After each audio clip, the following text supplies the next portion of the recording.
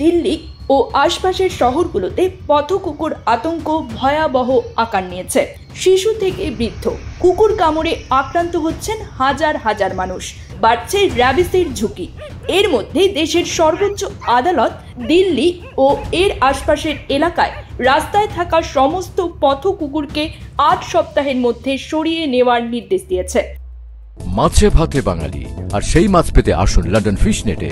জি হ্যাঁ, ইস্টহ্যাম পুরাতন টাউন হলের সন্নিকটে আপনার প্রিয় মাছের সম্ভারে ভরপুর। আসুন, দেখুন, বাজার করুন ছোট বড় সব ধরনের মাছ। বাহ, একই ছাদের নিচে প্রয়োজনীয় সবকিছু পাওয়া যায়। আদালত বলেছে, শিশুদের কোনোভাবেই র্যাবিসের শিকার হতে দেওয়া যাবে না।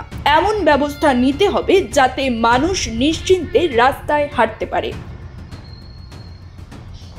মিউনিসিপাল সূত্র অনুযায়ী দিল্লির রাস্তায় প্রায় 10 লাখ কুকুর ঘুরে বেড়াচ্ছে। নয়ডা, গাজিয়াবাদ ও গুরগাঁওতেও সংখ্যাটি দ্রুত বাড়ছে।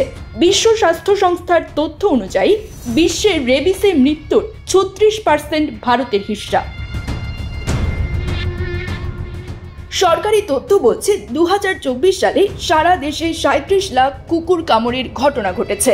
সরকারি হিসেবে 2024 সালে রেবিসে মৃত্যু হয়েছে 54 জনের। তবে বিশ্ব স্বাস্থ্য সংস্থার হিসাবে প্রকৃত মৃত্যু সংখ্যা বছরে 18,000 থেকে 20,000 হতে পারে।